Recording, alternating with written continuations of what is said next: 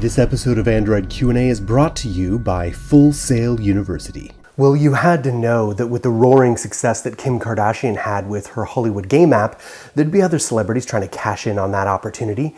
And our beloved Jesse Pinkman, or the actor behind Jesse Pinkman, the character from Breaking Bad, had a popular catchphrase. Yo, biatch! Yeah, and he has created an app to compete in the sickly competitive messaging app market, and he titled it, Yo, biatch! Yeah.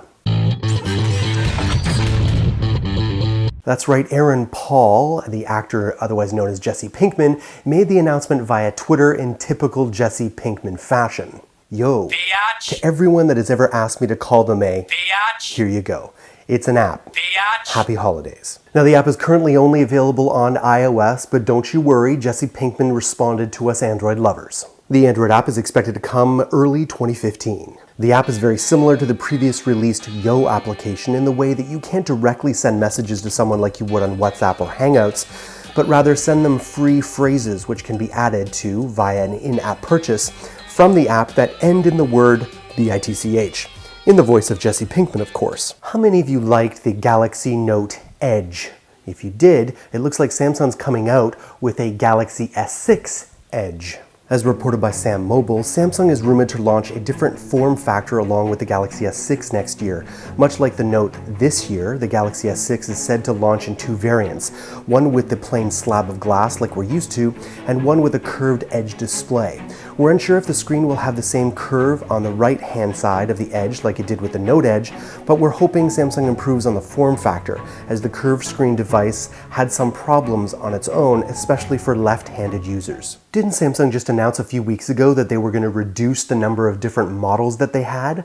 Was the Galaxy Note Edge really that successful that you want to have a Galaxy S6 Edge?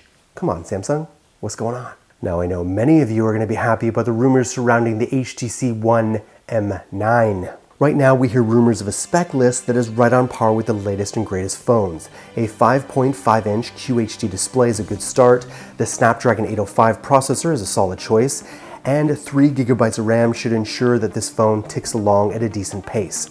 Internal storage should start at 32 GB with 64 GB and 128 GB, satisfying our upgrading needs. Of course, a microSD card slot ensures that we will never run out of space. We also expect a whopping 3500 mAh battery, and if you like phablets, that sounds like it's going to be the phone to beat.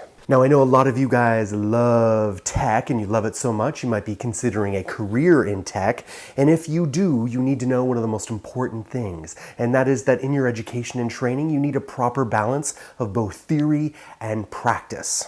As you know, virtually every industry relies on software technology. Full Sail University, located in Winter Park, Florida, offers bachelor's degree programs that address the need for skilled tech professionals through curriculum that blends code and theory with real-world experience. Offered on campus, the Software Development Bachelor's Degree Program teaches programming fundamentals through project-based coursework, allowing students to graduate with multiple completed software products. The Mobile Development Bachelor's Degree Program, offered on campus and online, teaches students how to develop apps and utilities through courses that cover both iOS and Android development. All students have hands-on access to technology from day one. They receive a laptop computer at an institutional discount, along with relevant software and tools. To learn more about Full Sail's web and technology programs, visit fullsail.edu/authority. Now, one article that got a lot of attention last week on AndroidAuthority.com was an article titled Why Windows Failed, and I wanted to talk about that. Now, for those of you who've been following Windows and its progress within the mobile market, you'll know that Microsoft put enormous amounts of energy and resources into Windows Mobile. They made it very snappy, it was extremely fast operating system, and very elegantly designed. But the reality is, it was little, too late, and always behind Android and iOS. And the second big issue is that there was a lack of a healthy app ecosystem.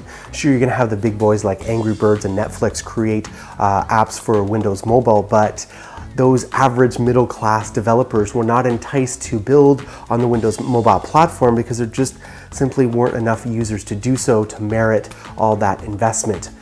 You need an app ecosystem. Now, the third issue, and that's a big one, is that Microsoft did not cultivate and foster relationships with OEMs, manufacturers. And why?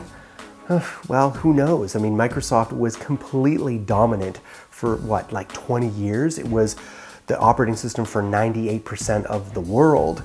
They didn't have to. They didn't get good at that. And sure, they bought Nokia, but again, way too little too late.